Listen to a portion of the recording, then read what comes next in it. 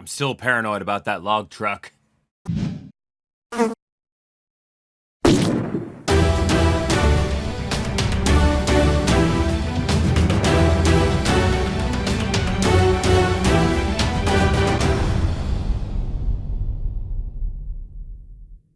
Hi, and welcome to On the Fly, Dust Settles, the movie review show where we return to a previous On the Fly and see if my thoughts changed after letting it sink in for a little bit. Today's episode, Final Destination Bloodlines. Now, if you haven't seen the original On the Fly, I'd highly suggest you go and watch that first before continuing with this one. Should also state for the record, while the original On the Flies are intended to be spoiler-free, Dust Settles will probably have some spoilers because I tend to go a little bit deeper into the conversation with this one. So it's been about a week since I saw Final Destination Bloodlines, and now that the dust has kind of settled a little bit and I've been able to kind of let it sit with me, let it sink in for a little bit, has my thoughts changed? Because sometimes this happens. Sometimes you see a movie and initially you're like, oh my god, that movie was amazing! And then later, after you letting it kind of sink in for a little bit, you kind of sit and wonder, like, was it as good as I thought it was? Honestly, when it comes to Final Destination Bloodlines, for the most part, I still do really enjoy the movie. I still look at it and I still think it is probably one of the best Final Destinations of the series.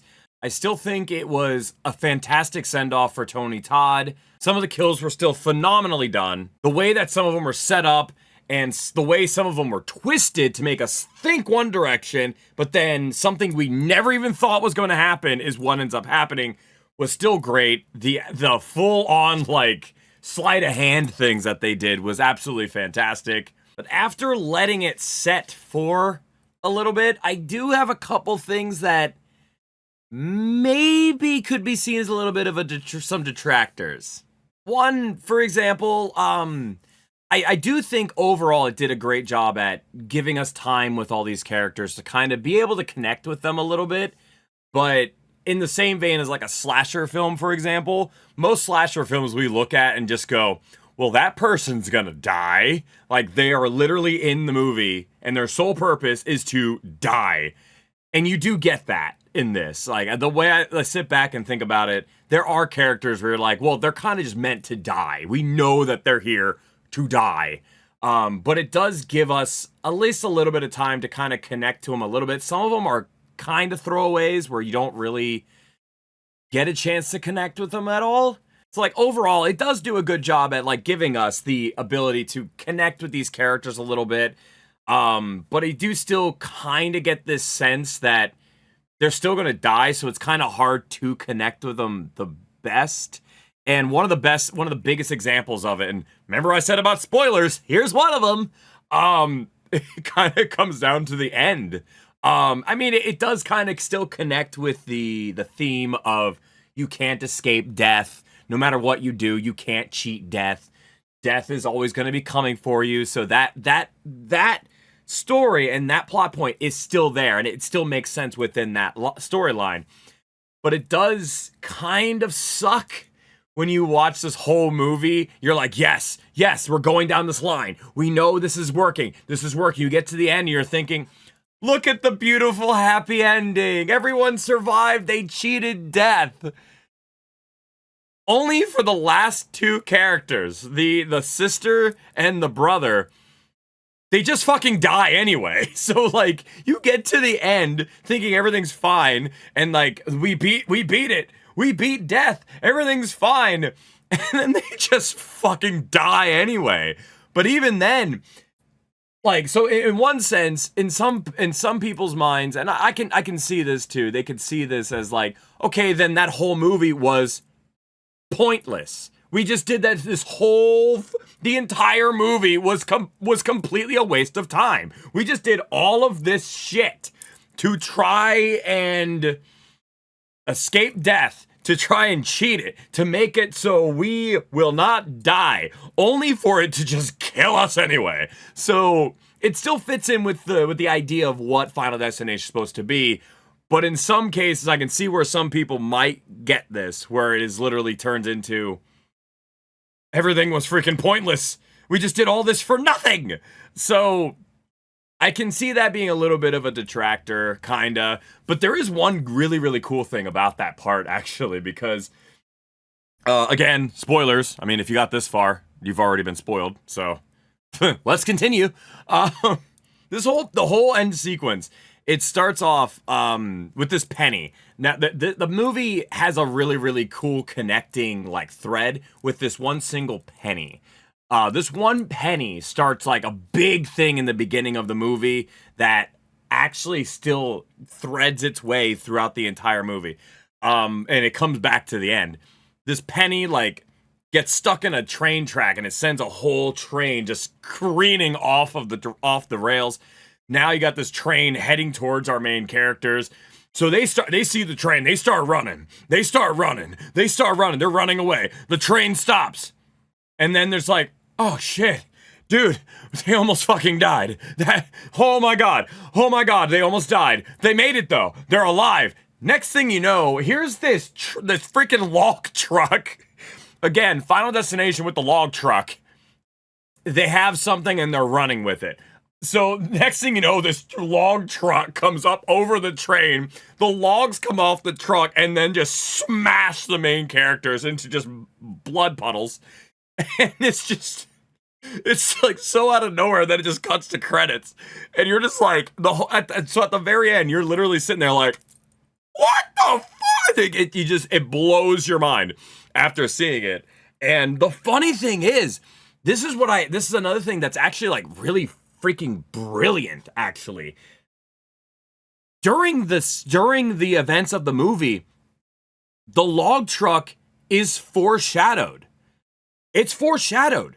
But like it never happened. So like there's times where we're looking through this book that the main character's grandmother made about all these different signs of how to tell if death is around and be able to read what's going to happen next, be able to predict what's going to happen next based on how death works.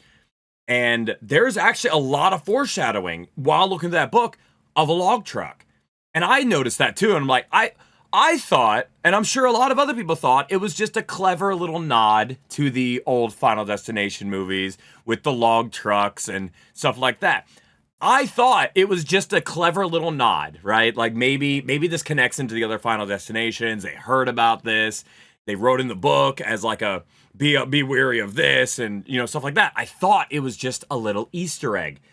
Only to find out that Final Destination is not one of those kind of movies that's just going to throw Easter eggs in for the sake of Easter eggs. Now, this whole log truck could have easily just been a big Easter egg and just fit in. But, like, I thought that this drawing of the log truck in that book, that was the Easter egg. But no, that was actually still foreshadowing something that was going to happen later. And I never thought that it was ever going to happen. And now here at the end, there's the log truck coming out of nowhere just to completely smash them. And that's the other thing that just brings me back to why there's so many things about the movie that I love. It is so good at foreshadowing things. And the way it also, like, it foreshadows things, but then it also kind of pulls your eyes over here, makes you think that something is happening. This is gonna happen. You're over here looking at this, but while something is happening to your left, something else is happening to your right, and it's the right thing that actually hits you. So like in my original review, I called this basically cause and effect and foreshadowing the movie. Because that's basically what Final Destination is, and this movie does a fantastic job at it.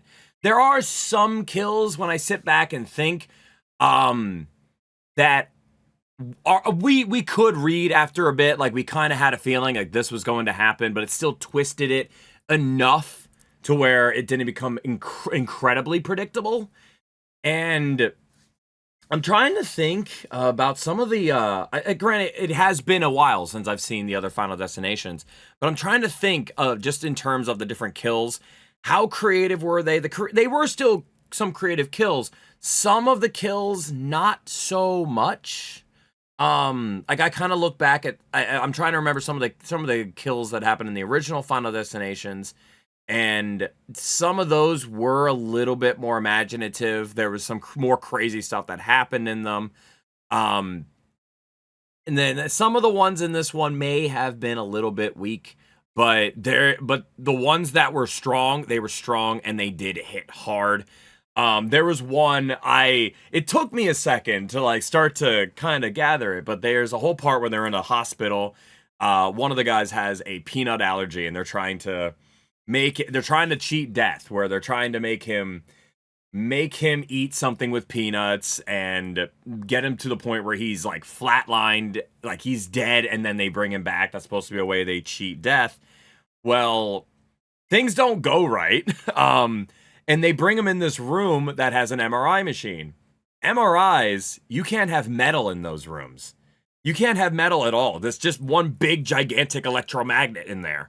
At first, there's the one guy, he's works at a tattoo shop, has piercings all over the place. He has a lot of piercings. He's not in the room at the time when this thing turns on. I thought originally that the peanut allergy guy, he's in a wheelchair. So I'm like, I just have a feeling he's going to be like choking and dying, and it's going to pull him it's going to pull the wheelchair and pull him into the MRI, and then it's going to start pulling all this other stuff in there. No, that does not happen. Our guy with the peanut allergy comes out of the chair, and our guy with the piercings comes back in. That's when I started to notice, like, oh God, the piercings. It starts ripping all of his piercings off, pulls him into the MRI, and it's actually a really, really good kill. They do it really, really good, really, really well, actually. Don't mind my grammar.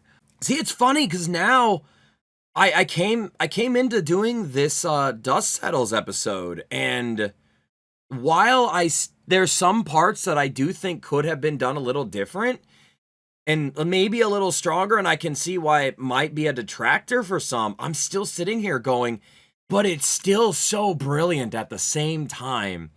I think my biggest one is just how they ended it, because, you know, you get through all of this and they just die anyway. They do all this, so it almost makes the whole entire movie just seem completely pointless. Like, everything they did meant literally nothing.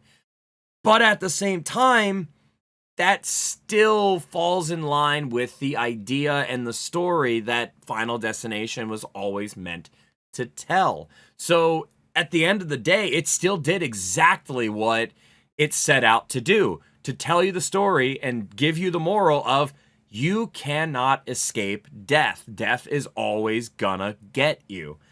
And I think overall, even after like letting this movie set, it still holds up.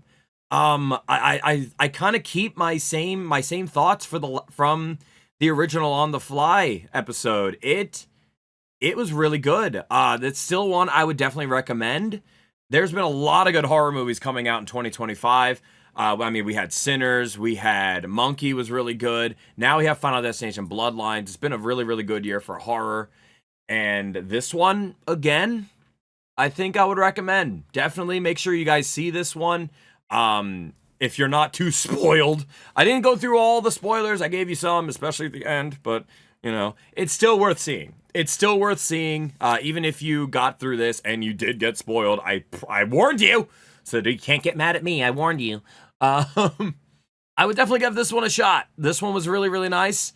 Definitely one of the best Final Destinations of the series, and I'm kind of interested to see what they do next. If they do another Final Destination, I'm not sure, because it's gonna feel a little bit, I don't want to say hollow or empty, but it's gonna feel like it's missing a piece because we no longer have Tony Todd. I mean, who knows? Maybe they'll do something with him in the same vein that Marvel does with Stan Lee. They still have Stan Lee showing up in these Marvel movies in some fashion, whether it's like a statue or a picture or something. So maybe Final Destination will do something in the same vein as Marvel with Stan Lee, but do it with Tony Todd. Who knows? Either way, definitely make sure you check this one out. If you'd like to catch me live, I do stream on Twitch at twitch.tv/DreamWarrior. Tend to play a lot of different horror games, a little bit of variety, but the biggest thing is we're always loud, we're always chaotic, we're always energetic, and we're always talking about movies, TV shows, video games, and whatever else comes to mind. We'd love to see you there. Twitch.tv/DreamWarrior. Be there! That's it for On the Fly Dust Settles. Till we meet again, guys. I'll catch you guys later. Wabam!